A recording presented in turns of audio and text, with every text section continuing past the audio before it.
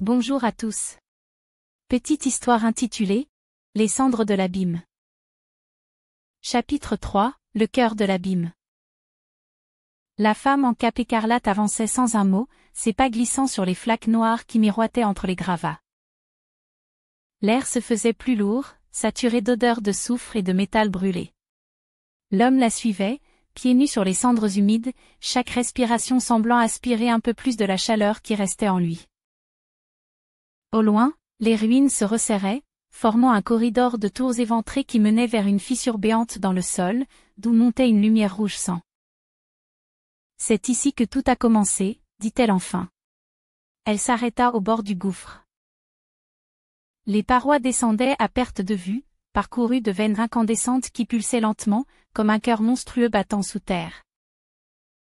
Il sentit une vibration familière traverser ses os. Ses mains tremblèrent, et sous sa peau humaine, de fines lignes brûlantes se dessinèrent, rappel cruel que la bête n'était jamais loin. Tu étais un homme autrefois, un guerrier. Mais tu as offert ton corps et ton âme à l'abîme pour sauver cette ville. Elle pointa les ruines d'un geste lent. Ce que tu as vu autour de toi, c'est le prix de ton marché.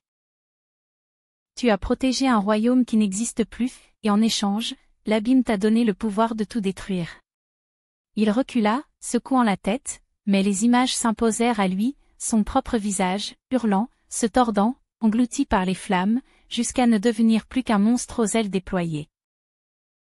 Soudain, un grondement monta du gouffre. Des flammes noires jaillirent, formant une silhouette titanesque, identique à celle qu'il avait été. Les mêmes cornes, les mêmes yeux d'or, les mêmes cicatrices de lave. La créature leva la tête et leurs regards se croisèrent.